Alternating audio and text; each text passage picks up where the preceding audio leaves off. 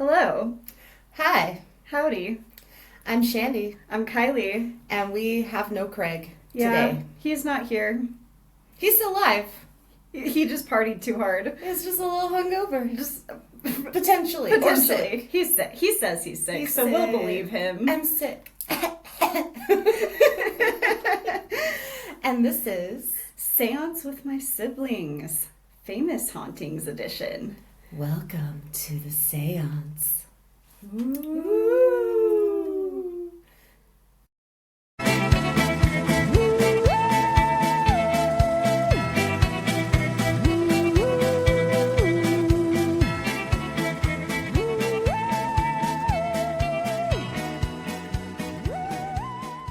So, We have ghost updates. we do have some ghost updates. Yours is cooler. You go first. Okay, Mine okay. is dumb.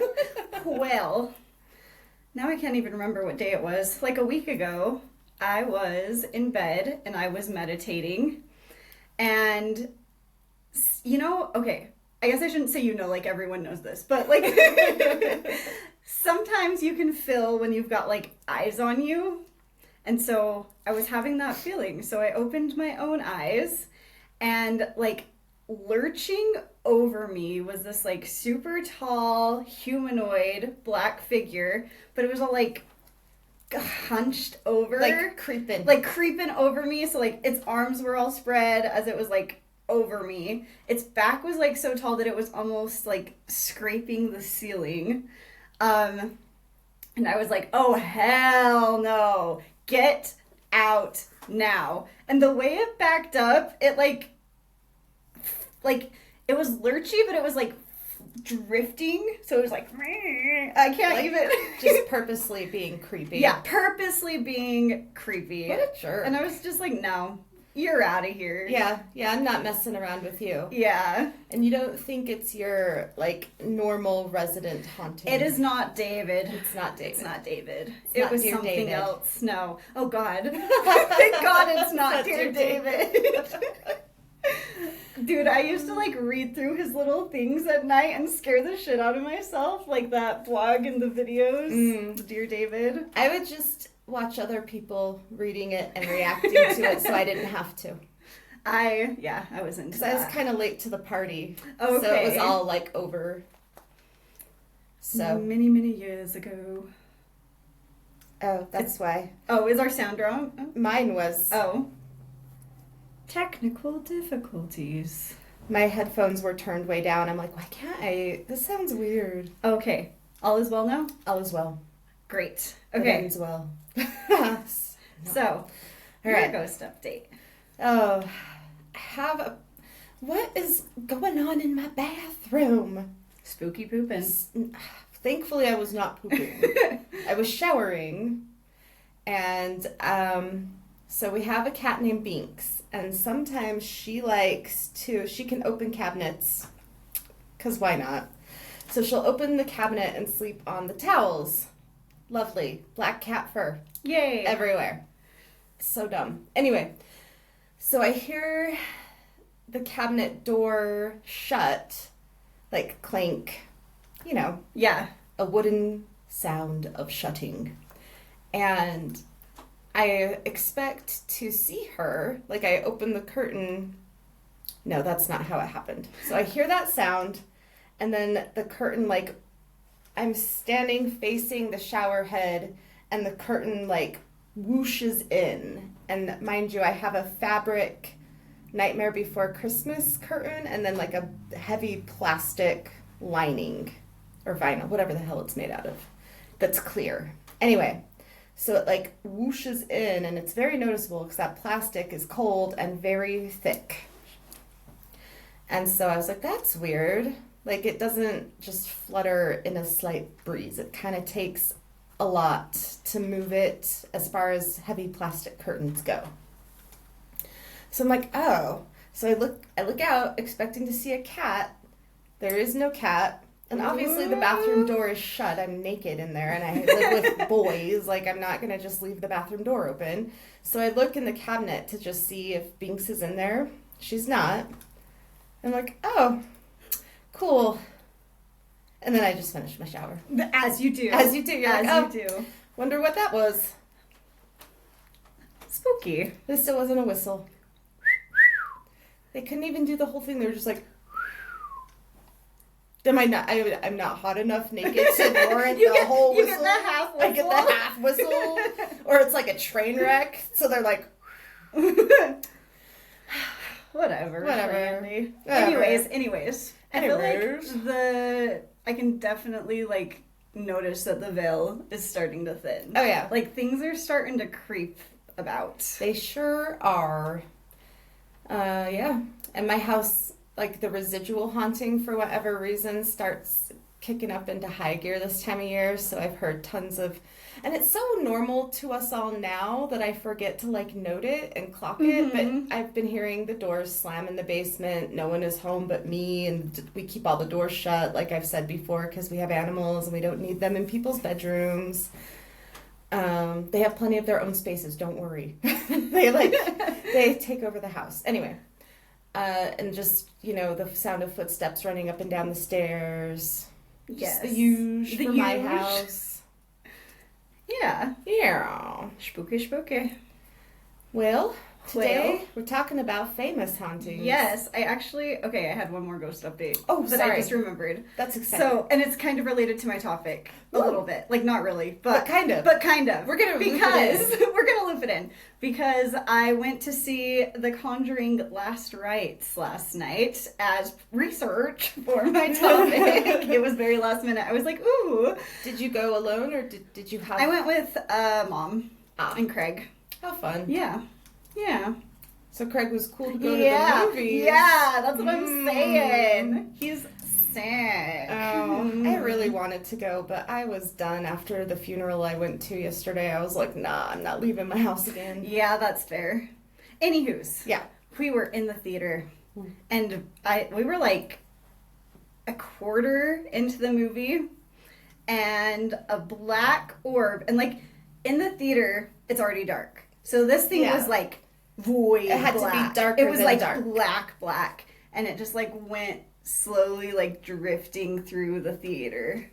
So that was spooky. That's cool. Yeah. Oh my god. And the girl that was next to me, okay, she not from the orb, from the movie. She had a blanket with her, and she was like, she had it up to her eyes, and every once in a while she'd like peek out. And then she'd, like, cover her eyes, or, like, when, like, the music changes in a scary movie, so you know something scary is coming, she'd immediately, like, oh, like, get over the bed.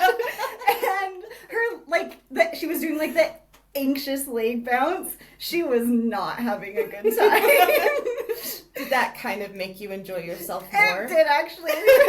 Yeah, Shout out to the girl next to me who was absolutely terrified.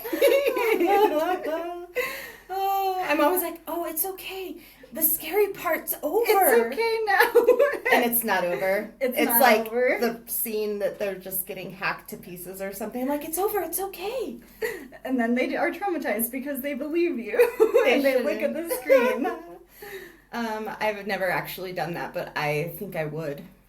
You've thought about it. I thought about it. The intrusive thoughts. Let's traumatize this child. Yes. Okay, and I just have one more question. I want your thoughts on the spiritual ethics of recording a music video on the island of dolls. Oh, So Lady Gaga just released The Dead Dance. And I did watch it, and then I watched a reaction video from Vessel of Blood. And it was directed by Tim Burton, actually filmed on the island. Her costume is rad as fuck. But, what are your thoughts? I hadn't had time enough to think about that. So I know it was started for a little girl, and people go there to pay respect, and people have lost their lives there. It depends on, I guess, like, was the island damaged? Like,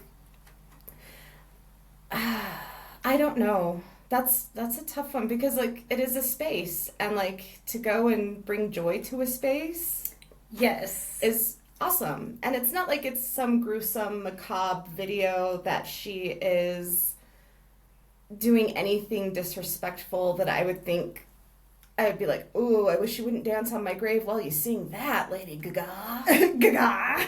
But, like, that was, yeah. I don't know. If it were my grave and the Lady Gaga wanted to come and shoot a video video. A video video. Oh, my God. A music video and dance upon my grave, I'd be cool with that. I'd be like, girl, okay. Yes. I don't know why, but all right. Yes. Same. I would also be very down. I just know that some people are, like, up in arms about it a little bit. Well, they have a right to be offended, and she has a right to be offensive. Yeah. Yeah. Unless great damage was done to the existing structures, that's not cool. But I don't see her being okay with that, or Tim Burton. I feel like they would be very respectful, and also, like, as a spirit, like, they were probably just like, whoa, what's all this? What's happening? This is neat. Wow. Yeah. Yeah. Yeah, I think if they were there doing something unethical, not just dancing and being delightful, yeah, that would be problematic. But I guess, in my humble opinion as a human person, that will one day die, and someone might want to film a music video on my grave. Like, I'd be cool with it. Yeah. Ooh, and if they wanted to film a slasher in the cemetery, well, I won't be in a cemetery, but if that did happen, I'd be cool with that too. And if they wanted to bring your urn to the cemetery, they were filming it. That'd be okay. Yeah. Yeah. But I think cemeteries are for the living anyway, and I like the Victorian idea that they were like a park, and you could go and do fun things and activities with your dead loved ones. Yes. Yeah. Well, and if dolls are like used as an honor on that island, and they were like dressed as dolls, it's almost like a homage to dolls. Yeah. Like, it wasn't disrespectful in any way. Yeah. Yeah. Okie dokie. Yeah. Should we talk about ghosts? Is that how you feel about it? That's how I feel about it. Right. I was actually surprised that people were. Oh, people love to be offended by everything. Yeah. And I guess that's good for publicity for the Lady Gaga. Good for her. Yeah, good for her. Yeah. She needs more fame, right? Yeah. Yeah. Let's put her in more movies. I love her as an actress. Yes. Have you watched Wednesday? The second season? I've started it. I watched the ones that were out, 2 months ago? Yeah.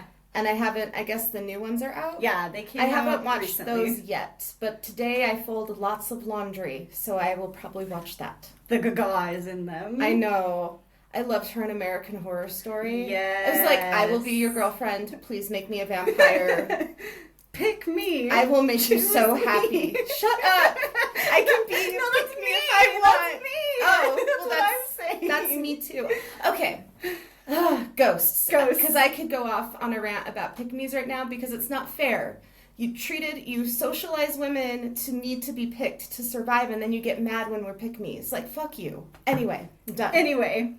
Ghosts. Boo. Ha. Okay. Bob. Ghosts. Who's going first? I don't know. Whoever wants to. I guess I can go first. All right. I'm ready to listen. Okay. I'm talking about the Smurl family. Ooh. And the Smurl family's story starts with water. A lot of it. In June 1972, Hurricane Agnes tore across northeast Pennsylvania. The storm dumped between 10 to 18 inches of rain in the span of 3 days. And I'm going to butcher the name of this river. The Sakana River crested over 41 feet. The flooding was severe and caused an estimated $2.8 billion in damage. That's a lot. It's a lot. So, in August, Jack and Janet Smurl, who had been displaced from their residence in Wilkes-Barre because of the hurricane, relocated their family to a double-block home on 330 Chase Street in West Pittston, Pennsylvania. A double-block home? A double-block home. What does that mean? So it's got 2 sides. Oh, it's like a duplex. It's a duplex, yes. Oh, okay. Yeah. So Jack, Janet, and their 2 daughters were on one side, Mm-hmm. and then Jack's mom and dad were on the other side. Oh, that's handy. Having grandma and grandpa right there to babysit. Yes. Love it. So, to start, there were 6 of them. There were Jack, Janet, Dawn, and I lost my spot, and Heather, and John and Mary, the in-laws. Mm-hmm. So, the house was a bit of a fixer-upper, and they're all into repairing the place. So that means no more monies. No more they monies. Put everything they had into repairing. So moving is probably not an option. No, not yet. Oh. Little did they know, they would need more than hammers and paint to endure the dark things that lurked within their new home. Oh no. Amidst the whirring of drills and the beat of hammers, something lurked. It started small. As it does. As it does. So, we've got, Janet Smurl, good on ya. She kept a diary. Good She job, kept a Janet. diary of all these spooky instances. Damn it, Janet. I need to watch that. I know. We're It's getting the into spooky season. Who wants to watch Rocky Horror Picture Show with us? Hell yeah. Let's do it. Okay, so she kept a diary, taking notes on the strange incidences that occurred after the move-in. So we have dates and times and names and things. I love it. What a little historian. Yeah. On January 10th, 1974, a mysterious stain appeared on a new living room carpet at the Chase Street residence, resisting all cleaning efforts. So that's the first, head scratcher. Oh, and that's just rude. A new rug. Brand new rug. Oh, yeah. No. Uncleanable stain. Rude. Very rude. What color was the stain? I must know. Oh, she didn't document that, or at least in the article I was reading, it's blood colored. It's blood. Well, of course, that's what I wanted to know. By February 1st, 1974, tools used for the renovations, hammers, screwdrivers, and paintbrushes went missing, only to appear in odd places such as the attic or basement.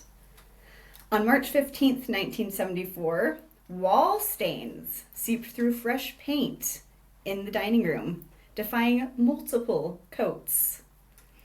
On June 5th, 1974, a television set in the living room burst into flames around 8 p.m. Oh, shit. Despite being unplugged and causing $200 in damage, which I don't know what that is with inflation. A lot.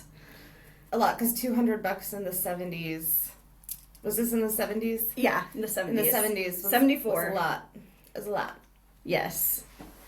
The same week, bathroom pipes leaked despite being resoldered by plumber Mike Rossi. And on June 3rd, 1974, a new sink and bathtub showed deep scratches. In 1975, the phenomena took a supernatural turn. So we just got weird little instances. They're writing it off. They're yeah. this is so weird. Who did this? Which kid did this? You fucks. Exactly. Yeah. Exactly. So, on February 15th, the day after Valentine's Day, 1975, Dawn Smurl, age 9, reported seeing shadowy figures floating in her bedroom around 11 p.m., describing them as human-like but translucent. She woke Janet, but a search revealed nothing. Spooky, spooky. Yeah. On April 20th, 1975, foul odors likened to rotting meat permeated the kitchen Gross. No. and dispersed within 10 minutes. That's the worst one. So it's just random little Random spurts. nasty. And you're like, yes. Well, and when you have something gross in your garbage can and the smell kind of comes and goes, but the closer you get to it, you find the source and it doesn't just go away until you clean it up and take it out of the house. Yes, yeah. So if there was actually something dead or rotting somewhere, it doesn't just wouldn't go away magically. Exactly. You have to actively do something to clean it up. Mm-hmm. On July 10th, 1975, unexplained footsteps were heard in the attic at about 1 a.m. Oh, I love that. Prompting Jack to investigate with a flashlight and finding no source. There was no raccoons or unhomed people. No. Or stalkers. Just an empty attic. They had no froggers in the house. No froggers in the house. Have you heard of that? I haven't. I don't even know what that means. Oh, I know Frogger is like the game. No, it's not that. It's when people secretly live in your house. They call them Froggers? Yeah. Why? I don't know. Oh, okay. There's just a whole show about it, and I'm like obsessed with those kinds of stories because I'm like, oh my god. Because like someone could totally come and sit in this closet in this room. We wouldn't know. We would never know. And then they come out at night when they know everyone's asleep, and if they were all friendly with the dogs wouldn't care. They're like, oh, it's our new friend. Ooh. Thanks, I hate it. You're welcome. Froggers. Okay, the more you know. Neighbors, including Mary Kowalski at 332 Chase Street, noted odd noises from the duplex on August 5th, 1975, late at night. What was she doing? Spying? I don't know. Okay. I'm guessing like out on the porch for a smoke or something. Yeah, she's like outside for some reason. And she's like, what in the hell's going on over there? What are those weirdos doing? Yeah. These early incidents documented in Janet's diary set the stage for a haunting that would soon spiral out of control. Oh no. Bum, bum, bum. Things were good in the home at first, family-wise. So Jack just got a promotion at work. The girls were excelling in school. The in-laws seemed happy enough. In January 1977, Janet gave birth to twins. Oh, Twin daughters. Ouch. Shannon and Karen, while living in the Chase Street duplex, and they became a big happy family of 8. So now there's 8 of them. That's a lot. That's a lot. That's a lot of mouths to feed. Yes, it is. So, as the family settled, so did something much more sinister. Oh no. Oh no. My table. It's broken. Okay. I lost my spot now. Okay, but as soon as they settled, so did something sinister. Bum, bum, bum. Soon, the Smurls ran into financial troubles, because again, that's a lot of mouths to feed. They've got 8 people that they're taking care of. And they were struggling to make ends meet. On March 1st, 1977, Mary, Jack's mother, suffered a heart attack requiring hospitalization at the Gessinger Medical Center until March 15th, 1977. That same month, on March 5th, 1977, unplugged radios in the living room blared static at 2 a.m., waking the family. Cold spots dropping to 45 degrees Fahrenheit. I don't know what that is in Celsius. Sorry, our friends across the pond. They appeared in the master bedroom on April 10th, despite a functioning furnace. That's not good. Not good. They experienced a series of misfortune. And so my question for you is, did the misfortune and negativity attract something darker that fed on the gloom that hung over the Smurls' heads? Or did it simply awaken something that was already within the house? Ooh, that's a good question. I think I need to know more about the house and, like, the history of the land and the history of the Smurls. Did they just bring it with them? We will get to a little bit of that. Okay. And a little bit of the or what people speculate are the hauntings of the house, okay, etc. Okay. So, let's dive into it. As negativity bled into the cracks and corners of the Smurls' lives, so too did it manifest within their home. The ghostly visits intensified. On June 20th, 1977, Jack felt an unseen hand caress his arm while reading in bed, accompanied by a sense of being watched. Sexy times. Ooh. On July 15th, 1977, kitchen drawers slammed open and closed around 7 a.m., scattering utensils across the floor. So they were like, bang, bang, like hard enough that things were flying around. That wouldn't be scary at all. That'd be fine. I'd love it. It would be so good. Then comes the mimic.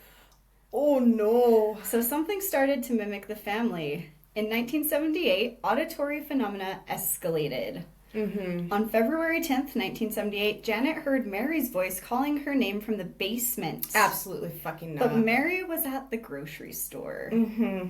Mm-hmm. On March 5th, Mary heard Janet and Jack arguing with profanity late at night. And this is the mother-in-law, right? Mm-hmm. Mm-hmm. Yep, both were fast asleep.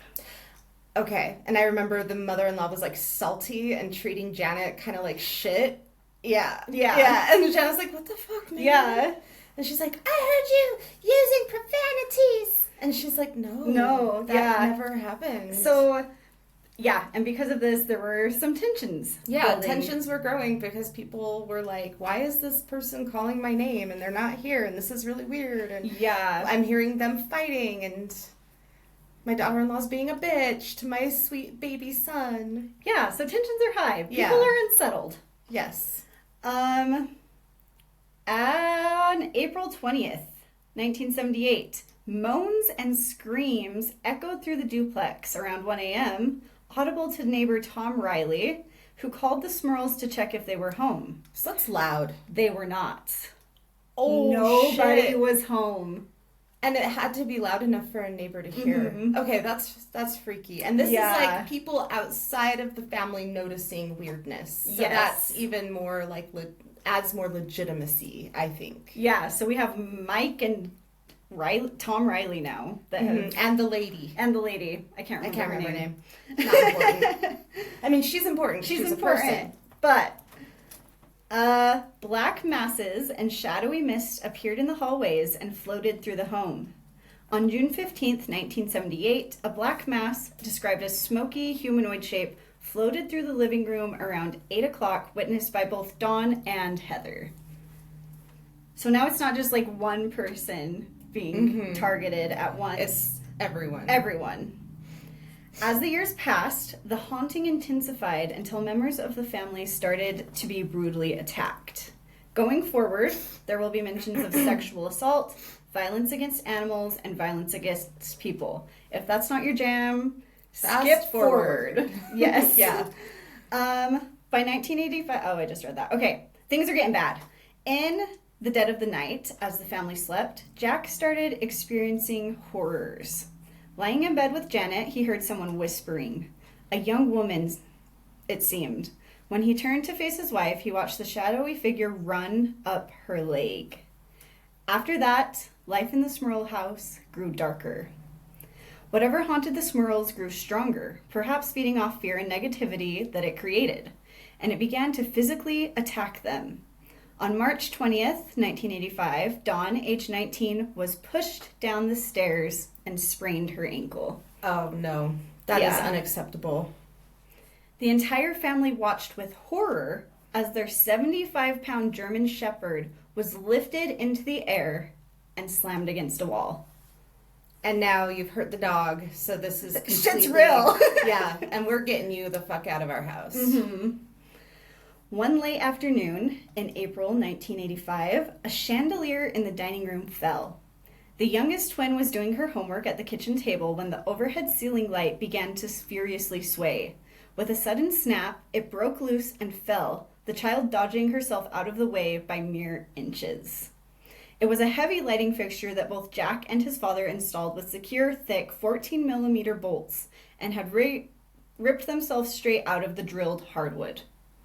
That's not normal. No. Janet Smurl stated, "It was very frightening because it was unexpected, and it wasn't like a light that had broken naturally. It didn't tip, it didn't sway, it just came crashing down. It gouged Shannon in the forehead and left a mark on the refrigerator." Why do these negative entities love to crash chandeliers down? Because I've I heard don't of know. this in a few different places.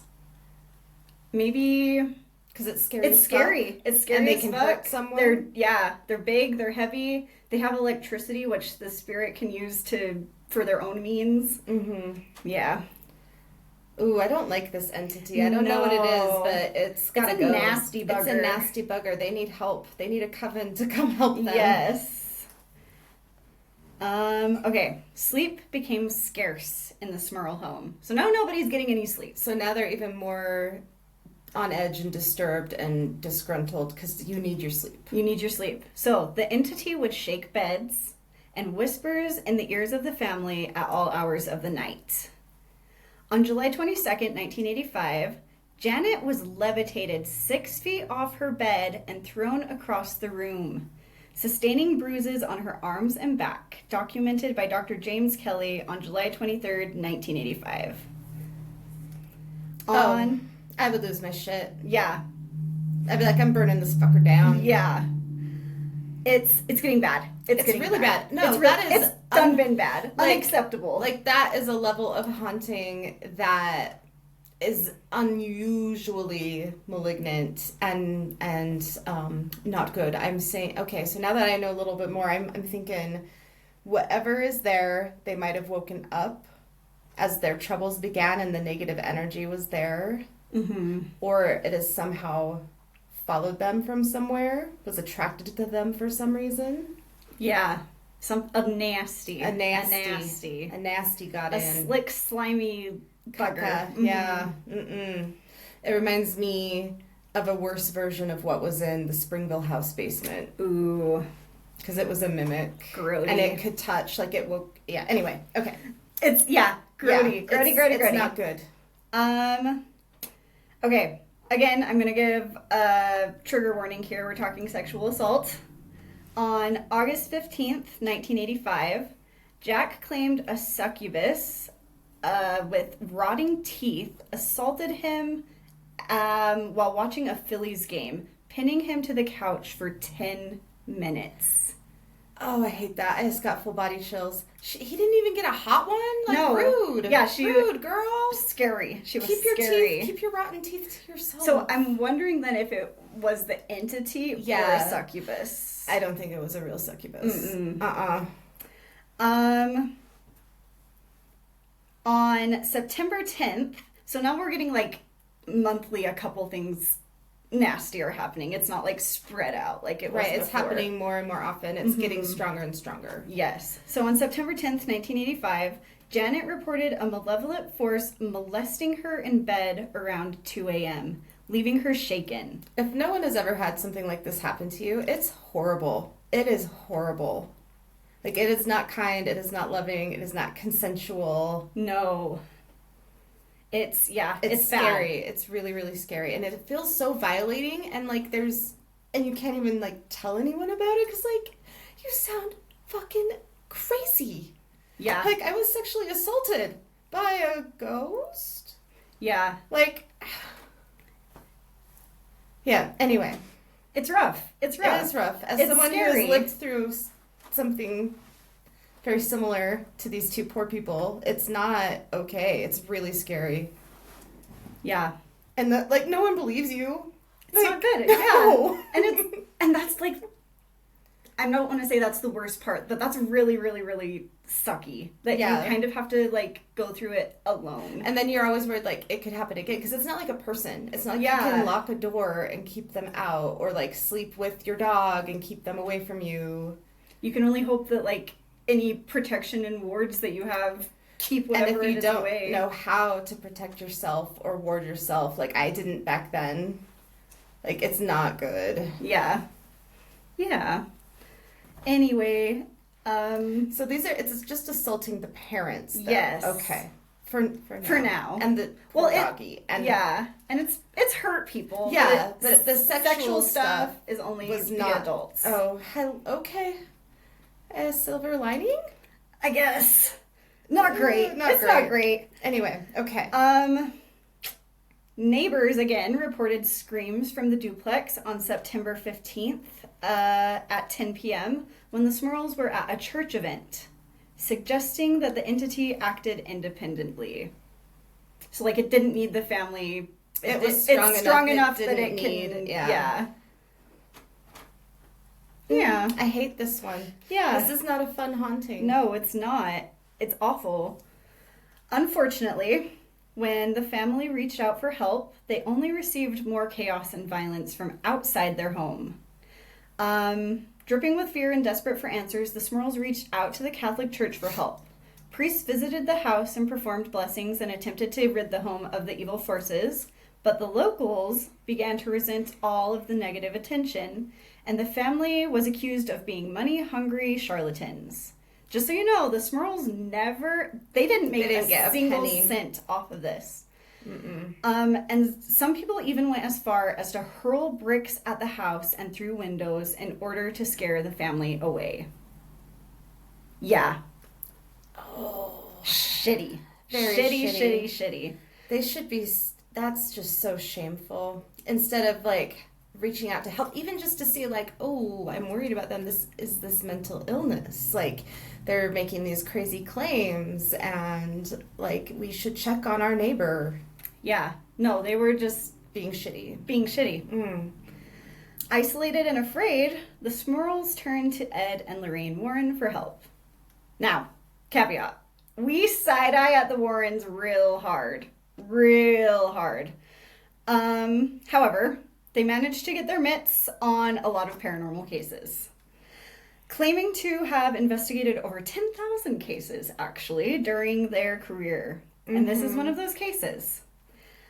The Warrens didn't exactly make things better during their investigations. Surprise. Surprise, surprise. So, Roger Perrin of the Conjuring House actually said that he believed Ed and Lorraine Warren's involvement made the haunting worse, leading Roger to actually have to, kick them out after a failed seance escalated to disturbances and threatens his wife's stability. Yup. Yeah, so... This is not the first time they were kicked out of an investigation. Yeah. But let's get back to the Smurls. The poor Smurls. The poor Smurls. So, the Warrens arrived on January 10th, 1986, with nurse and psychic Rosemary Froh and photographer Frank Johnson. Over 8 months, they conducted 12 visits, staying overnight on 4 occasions. Ed began the investigation by using religious provocation to attract the spirit. Think Zach Baggins. No. Yeah. That's not... How is that going to No. help? Provoking the spirits is not the way to go about it. No. After inspecting the house, Lorraine Warren concluded the Smurls shared their home with 4 spirits. Just regular human spirits? I will tell you. Oh, good. Okay. So, we have an elderly woman who seemed harmless and possibly a former resident who died in the 1930s. A young girl aged 15 to 20 who was potentially violent and linked to a death in the 1920s. A man aged 40 to 50 who suffered and died in the home in the early 1900s. And a demon. Oh. Described as a horned entity controlling the other spirits to destroy the family. I don't buy it. I don't buy it either. Don't buy it. I do not buy it. I am of the opinion that it was one thing. Yes. And these other spirits were presentations put forward by this entity. Thing? Yeah.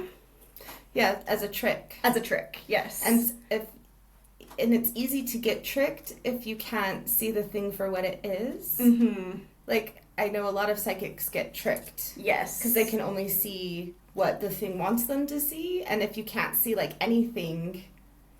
Then you're even more literally in the dark. Yeah, and you have to rely on people who do have more sensitivity. Yes. Even though they're not even seeing the full picture. Yeah, so whatever this thing is, demon or otherwise, I think that it's putting on... A show. A show, yes. It's putting on a show. Jazz hands. Anyway, I shouldn't joke about this, it's awful. No, it's horrible. Okay. In the Smurl home, the Warrens experienced frequent poltergeist activity, temperature drops, and even shadowy apparitions as they played Gregorian chants on loop and prayed for the family's safety. That's the route. That's the route they went. That's the route they took. At one point, yeah. At one point, Ed claims to have found a message scrawled onto a mirror with the demon ominously demanding that he and Lorraine get out. Okay, Ed. Okie dokie, Ed. The Warrens never... Sorry. The Warrens never reached a definitive conclusion with their investigation. Yeah, because they didn't do a real investigation. Yeah, no. And it's one of the cases they never really solved. That's how they have titled it. They investigated for months, collecting EVPs, notes, and photographs, but they just couldn't crack the case. And they didn't even really help the family. They didn't just go in and do a power cleanse and many power cleanses and help the people cleanse themselves, and they didn't put up wards or give them any protection. They didn't even put salt around a bed. Not even salt around a bed. They actually passed it off to some priests. So, 3 exorcisms were performed on the house, which It should have been the family and not the house. Because yeah, we'll get to there. now, We'll get to there. Yes. Oh, this is so bad. Including one by an Episcopalian? Yes, that one. A priest of that I don't denomination. know anything about that denomination at either. And for a time after those 4 exorcisms, the activity settled down. It didn't stop. Oh, like they do to but trick it you. settled down. Yes. And maybe they weakened it. Yeah. Like, definitely, there are people that have great faith in whatever faith-based faith they have. Yeah. Yeah. Yeah. Their problem, though, was, like I said, they were focusing on the house. And it wasn't the and house. And not the... Yes. So you're telling me you need to do a huge sweep of everything and everyone. Yes. Because I think... cleanse everything and everyone. Yes. Because I think if they had focused on the family, they might have been able to... To get a... get a grip on it. Because the Smurls moved. And guess what happened? Yes. The Smurls were finally able to move out of their home following the Warrens' investigation in 1988. Shortly after moving into their new home, the hauntings they had experienced on Chase Street began again. Oh, that's really heartbreaking. Yeah. Because if it's expensive to move. It takes a lot of work and effort, and it's stressful at the best of times. And this poor family is already so stressed out, so scared. Yeah. And nothing is helping. Oh. Yeah. That's heartbreaking. It's for years. Sad. They've been dealing with this for years. At this point. And they've moved thinking it would help. Yeah. Oh, sad. Yeah. So... After seeing a black mass in their new home, the Smurls called upon a Catholic church this time to perform a final exorcism. Details about what went on during it were kept secret, but it was believed to be the longest and most powerful of the 4 exorcisms that the family endured. And the family actually was exorcised and the family was there as well. Fabulous. Yes. Good job. Yes. So, it would seem, as is usually the case, the family was haunted... Not just the house. Yes. So today the family tries to stay out of the world of the paranormal. I don't blame them. They never asked for any of that. No. Both of Jack's parents are now deceased, as well as Jack himself, who died in 2017. Janet and her now adult daughters still reside near West Pittston area and have reported no paranormal activity since that final exorcism. Well, good. That's good. Yeah. Well, I'm proud of that Catholic priest for actually doing a thorough and good job and helping these poor people. Yes, good job. Yeah. Whoever you are out there, good job. Good job. After the Smurls, the house was purchased by a new owner, and a woman named Deborah Owens lived there without reporting any supernatural events. Yeah, because they took it with them. Because it packed up and went with them. And since then, the house has been renovated and is currently occupied. People are just living their lives there now. Yeah. Ooh, interesting. Yeah. Okay. Yeah, definitely something somehow for some reason that we don't know attached to one of the Smurls. And as things started going wrong. Yeah. It really almost feels like it was Jack, the dad. Well, and we don't know what he was into. We don't know. Ooh. Or maybe something just followed him home from work one day. Or maybe after the hurricane, because those bring in spirits. That energy, yeah. And then they find someone who's maybe who's vulnerable for whatever reason. And at times we've all been vulnerable and could all have had maybe something more negative attached to us or someone we love, and then we get to live with it too. Yeah. Fun. So fun. So much fun. So yeah, the years of torment the Smurls endured were documented in a book by the Warrens called The Haunted, One Family's Nightmare. And did they have a ghostwriter write this book for them? I do not know. They liked to do that. A ghostwriter. I know. Sorry. The story was later adapted into a made-for-TV movie called The Haunted, which I kind of want to watch. I need to watch it. We should watch it. We should watch it. And on September 5th, The Conjuring 4, Last Rites, was the first big screen adaptation of the Smurl family haunting. I think I've seen that one. That's the one that just came out. That's the one I just watched last night. Yeah. I stopped watching the Conjuring franchise. How many of them are there now? 4? Mm-hmm. I think I've watched the first 2. Yeah. And that's it. The Devil Made Me Do It. That one just pisses me off. It pissed me the fuck off. It was not good. A lot of people say that. Yeah, I never bothered to watch it. And that whole story, like... ugh. Anyway, a tangent. Yes. We could do a whole episode on the Warrens and why there's shenanigans. Anyway. However you feel about the Warrens, Vera Farmiga, I just said her name so wrong. I don't know actually how to say her last name. Farmiga, and Patrick Wilson are a great Ed and Lorraine Warren in the movies. The movie itself was nowhere near as good as the first Conjuring movie. It had a decent story, and it was a good conclusion to the franchise. However, it had a lot of jump scares. It kind of relied on them. And CGI versus practical and physical effects. I like practical and physical effects better when possible. Yes. Or with, like, the help of CGI, too. Yes. But, like, when they are perfect marriage of CGI and practical effects. Yeah, because CGI in itself is an art form. Oh, yes. But... And it's been amazing. Yes. Like, there's some amazing work out there. There's also questionable. Yes. But like you're saying, hand in hand, like, you got some special effects makeup, but you also got, like, CGI glowing demon eyes. Mm-hmm. Hell yeah, dog. Yeah. Yeah. Yeah. Anyway, that's another tangent that I could go off on. I'll always go hard for a practical effect. Same. It's worth a watch if you've watched, like, all the other movies, and I enjoyed it. It was a good way to, like, start off spooky season movie-wise. Because it's the first scary movie I've watched for the season. Even though I literally have been... I went and watched Weapons, like, 2 weekends ago. Go watch it. That's a really good one if you haven't watched it. I need to. Very good. Aunt Gladys is... Anyway. The Smurl haunting remains one of the stories that sits in an uneasy space between history and horror. For believers, like us, it stands as proof that darkness can infest not just a house, but a family's life, feeding on fear and despair. For skeptics, it's a cautionary tale of misfortune, stress, and folklore colliding into something that felt real enough to terrify a family and fascinate a nation.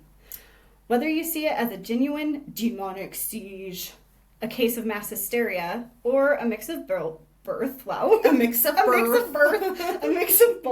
the Smurl story endures because it asks the question we're still not able to answer.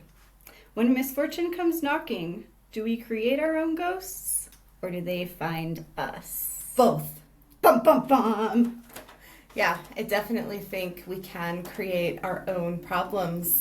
That's what we do as humans. We can't help our little selves. We can't get out of our own way a lot of the time. We like the drama. And we're always like, but I hate drama. Well, then why are you doing that? Yeah. And you don't see it. Anyway, that was good. Am I the drama? I think am I the problem? It's me.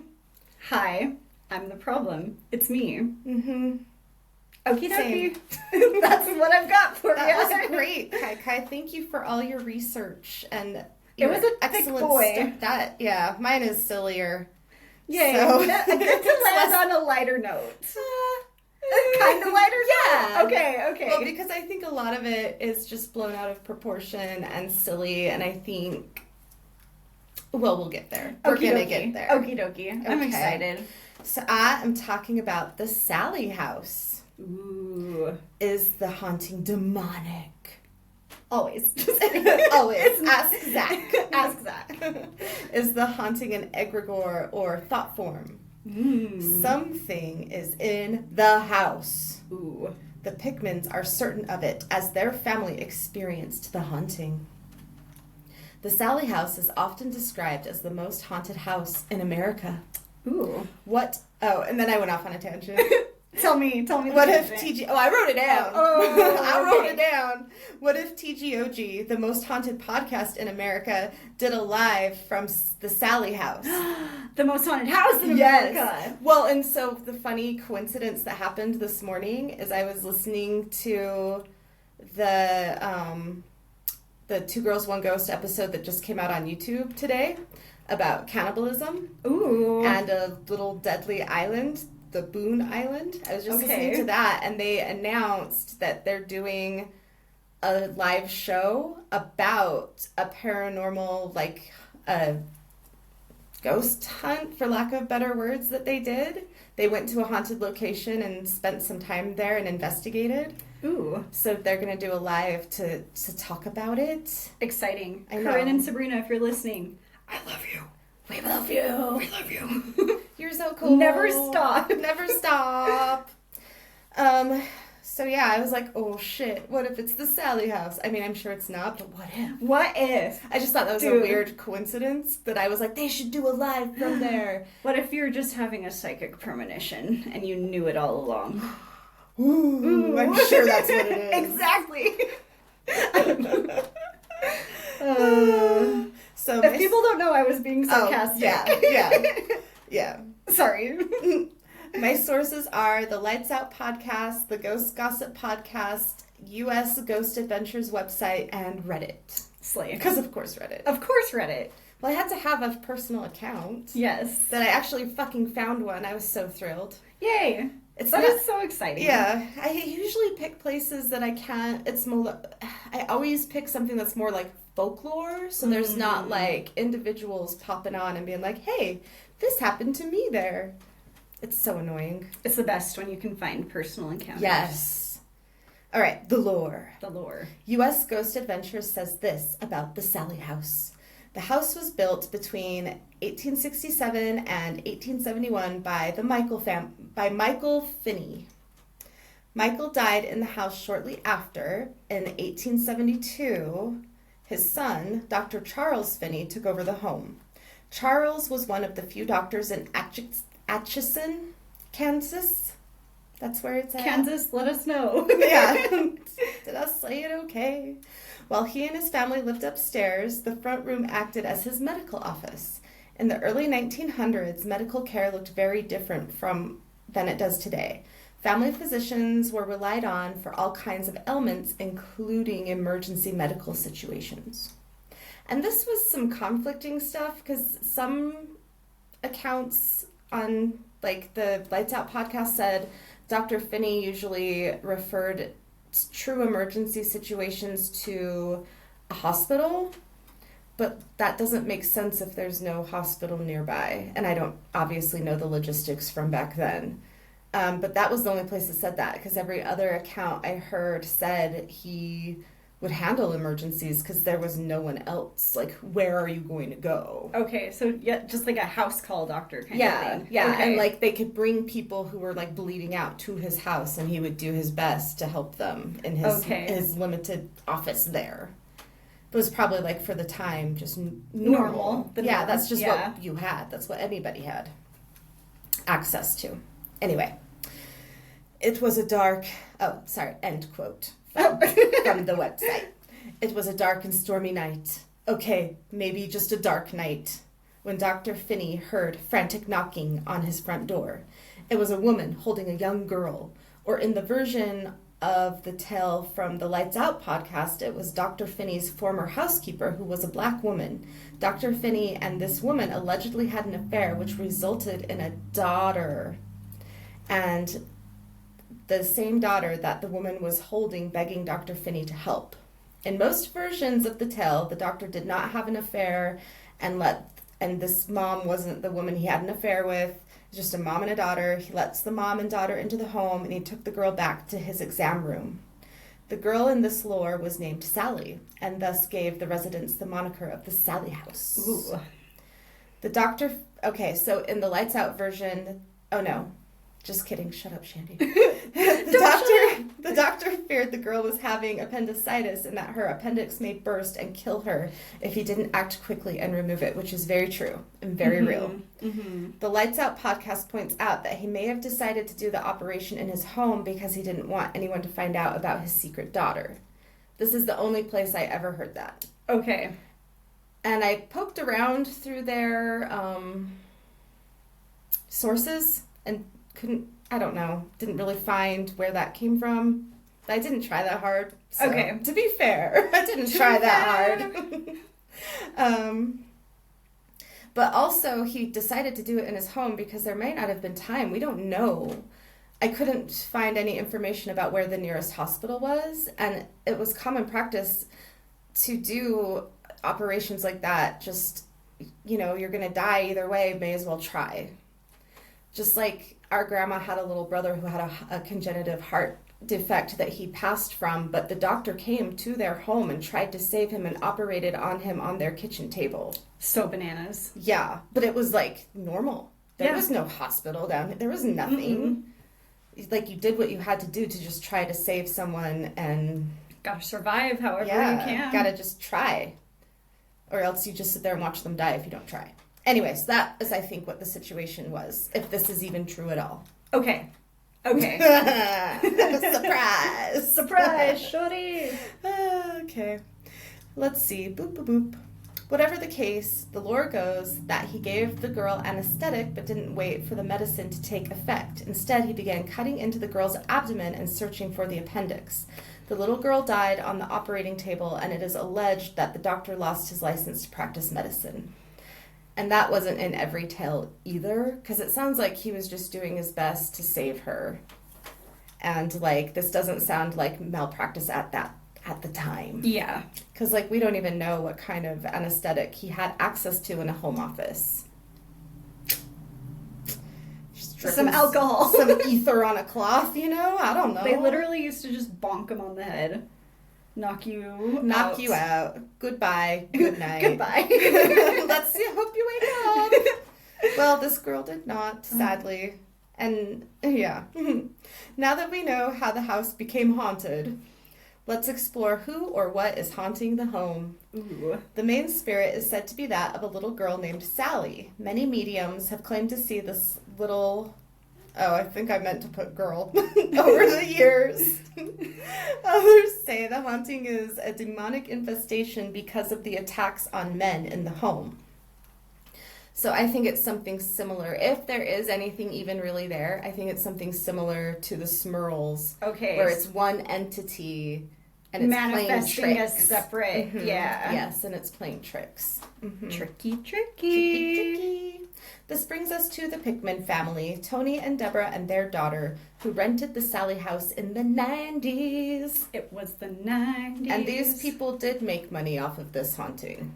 I mean, good for them, I guess. Yeah, they had an episode of sightings out. They did, the talk show circuits. I remember watching them on a talk show, and I think I saw their sightings episode.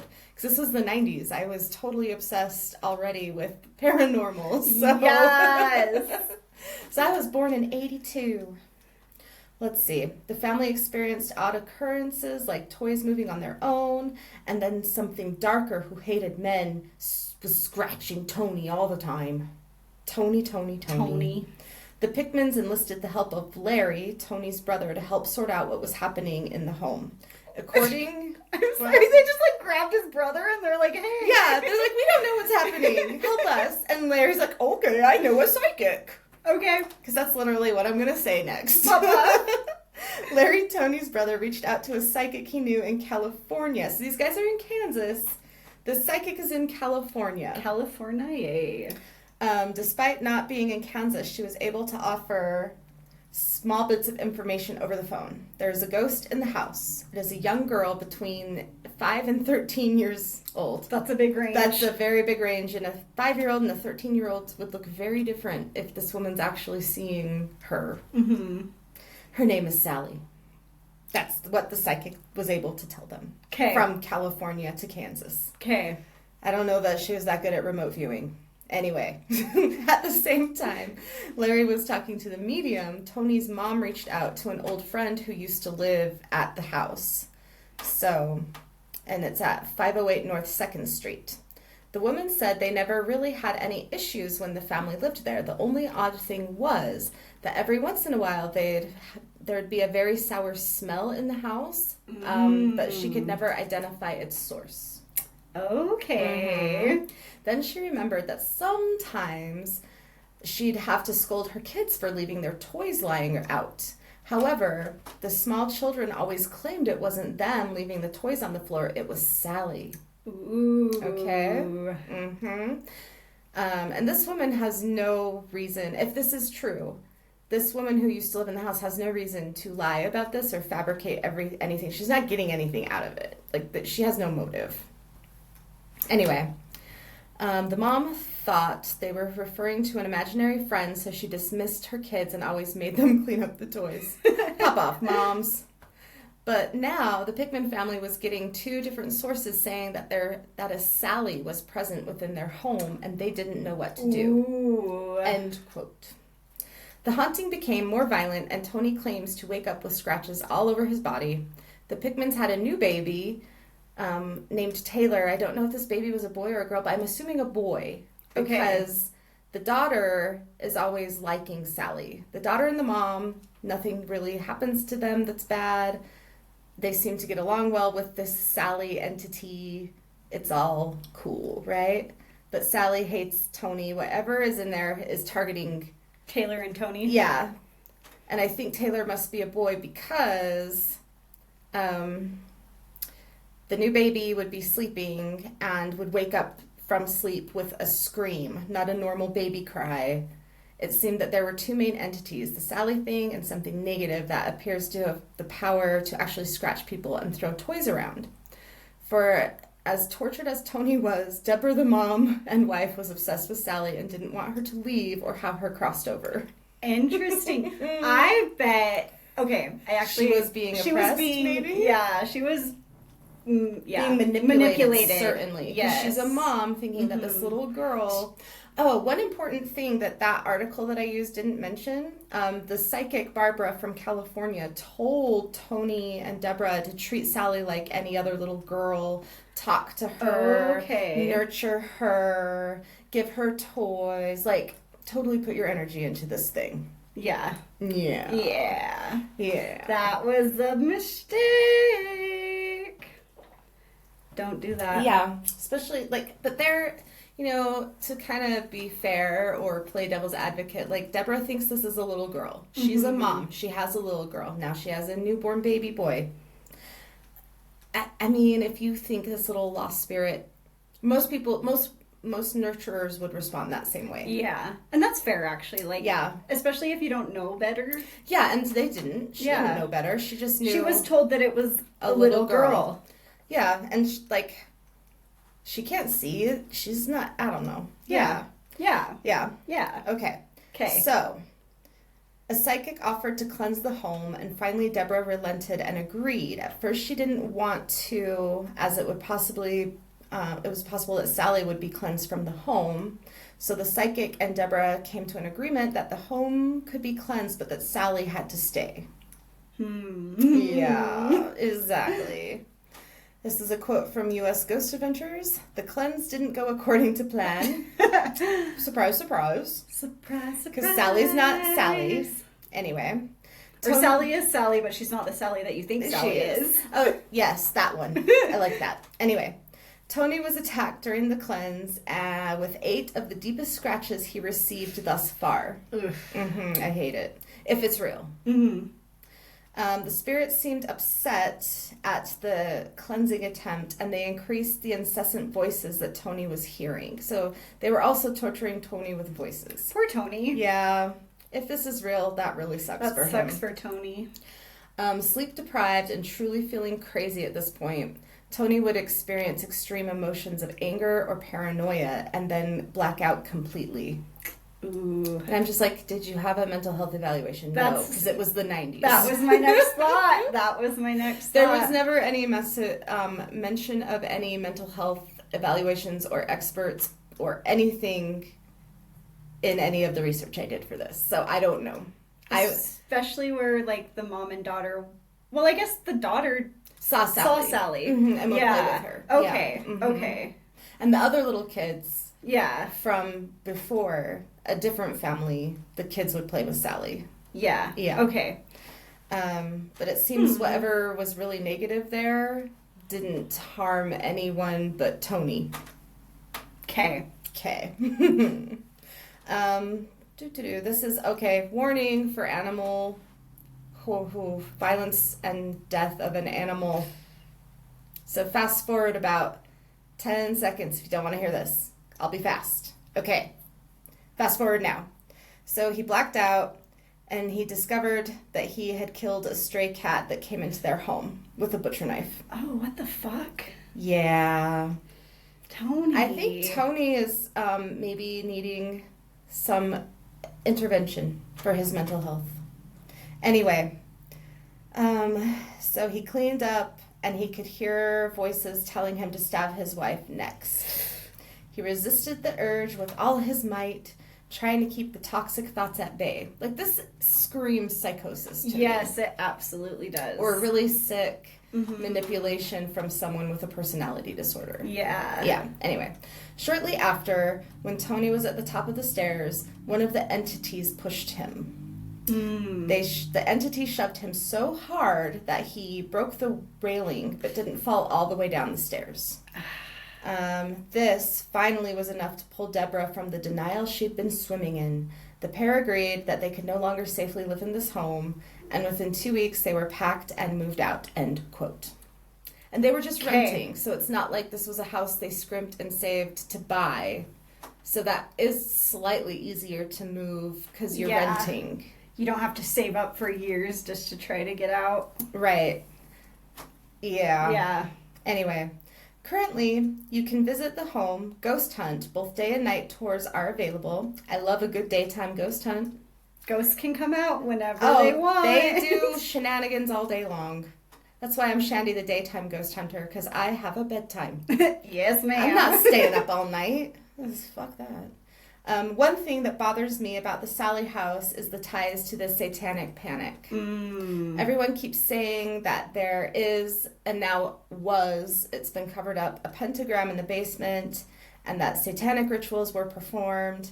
This is a problem for many reasons, but this is not the episode to discuss this, but we do need to set some things straight around Satan, pentagrams, and rituals. Satan.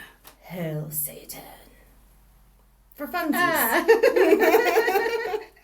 Anyway, here is about 100 people just shut this episode off. No, okay, we're not hailing Satan. I don't even believe in that Satan. Okay? Everyone settle down. It's okay. Guys, listen, it's okay. It's okay. It's okay. Nothing satanic or demonic is going to happen right now. I promise. Unless you want it to. Unless you're doing something weird on your end of things. So yeah, okay. I just want to say, like, it's not cool that all these people that don't even know anything about the satanic panic and what was really going on come in and they're like, there's a pentagram, and I'm like, that's a sacred symbol to a lot of people, and it has nothing to do with anything dark or negative. It's all about the elements and it's beautiful. And so that pisses me off. Yeah. And I am off my soapbox now because I'm going to tell you all a story from someone who actually went to the Sallie House and stayed there. Yay. Yeah. Yeah. Yeah. Yeah. So this is from 6 years ago on Our Paranormal. Liza Hotham. Liza Hotham. Just Liza, L-I-Z-A. Oh, Liza. Liza Hotham. Shout out to Liza Hotham. Thanks for your story. Okay. If you've never... okay. Okay. Composure. If you've never heard of it, the Sallie House is a notorious haunted house in Kansas and has been called one of the most haunted houses in the U.S. Google it if you would like the full story. It's very interesting. Okay, Liza Hotham. My friends Tommy, Cap, Pat, and I, 23, rented the house last year. So she was only 22, potentially. And now it's been 6 years. So now she's an old. She's an old. Ew. they rented the house and decided to investigate it. We used to do these types of things in high school, and I have always been very sensitive to energies and spirits in general. The house is haunted by a little girl named Sallie. However, there is no record since being built of any girl named Sallie dying in the home. Sallie particularly doesn't like men, and many men experience visible scratches. Yes, my friends and I got into the house around midnight. As soon as you enter the home, you just get this weird feeling of being watched.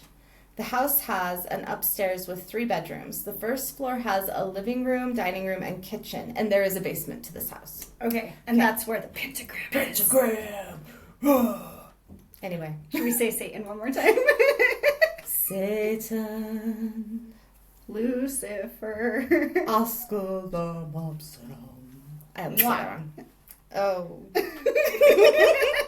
how he ends it. That's how he does end it. It's delightful. And Sister storms off because he's being a rude. He's being a cheater face. Yeah. Fucking Papa. Fucking Papa. Go watch the Kiss the Go-Goat video. It's so good. And Sister looks so hot in her little green dress. Anyway. Okay. We were standing in the dining room talking about our plan, and all of a sudden Cap and I heard what sounded like a little girl humming. Ooh, spooky. It wasn't the fridge or a mechanical noise. It sounded very human and like a little girl. Like, which is why you said it sounded like a little girl. I called the other guys, but as soon as I said something, it stopped. We then heard someone walk across the floor upstairs, like heavy men's bootsteps. The footsteps would continue all night, anytime we were on the first floor. That's kind of cool. That's not a little girl. No. It's a man. It's a frogger living there. Ew. We decided to go upstairs. I was in the middle. Pat was last. Okay, so you were in the middle of the sandwich. Okay. Both Pat and I heard what sounded like someone whisper, "Hey!" Ooh, I've had that happen to me before. Loudly in our ear. None of the others heard it, and it definitely shook up. That's how they wrote it. It definitely shook up. I'm gonna say it definitely shook them up. I'm assuming. It shook up. It shook up. Mm-hmm. As soon as we got to the top of the stairs, it felt like none of us could breathe. It felt like something sitting on all of our chests. Ooh, you know that feeling when you just walk into a place and it's just like heavy and you're like, ugh, this is very soupy energy. I'm not about it. Soup. Soupy energy. Good soup. No, not good. Bad soup. Bad soup. Anytime any of us went upstairs, it felt heavy and very hard to breathe. We sat in the little girl's room, kid's bed, lots of teddy bears. Tommy and Pat were sitting on the bed. Cap and I were sitting on the floor in the corners. Tommy jumped up and yelled at Pat to quit touching him. Don't touch me! But Pat hadn't been moving at all. I had been looking at both of them. Tommy said it felt like there was someone tickling his sides. Ooh, Tommy! And he thought Pat was messing with him. We then heard a thump, and Cap and I saw a dark shadow walk across the doorway of the room across the hall. Ooh. We both ran over there, but there was no one there. There was no one there. Spooky. We then heard a very loud thump, like someone dropping something heavy on the floor in the 3rd bedroom. We ran over there. Again, nothing was on the floor or happened. So I guess the or happened meant they couldn't see anything that could have fallen over. There wasn't a person. There was nothing to cause it. There was plenty of other experiences. We would hear someone having a conversation in other rooms, but couldn't make it out. It sounded like someone muttering. Ooh, I've heard something like that. Mm-hmm. Yep. Every voice was a man except the little girl humming. The shadows we would see moving were all very tall. Ooh. They used "we are" instead of "were," but I get what you're saying. We are all very tall. Yeah, no. Yeah. The shadows were very tall. We're picking up what you're putting down. Yeah. Well, thanks for sharing your story. Yeah. So, yeah, Sallie House. What do you think, Kai? I would go to there. I would go to there, too. Yeah. So there's no town records of a Sallie living in that town, which But we Obviously- don't think it's actually a little girl. No. However, some ghost hunters did go to the cemetery there, and they did find an old headstone with the name Sallie on it.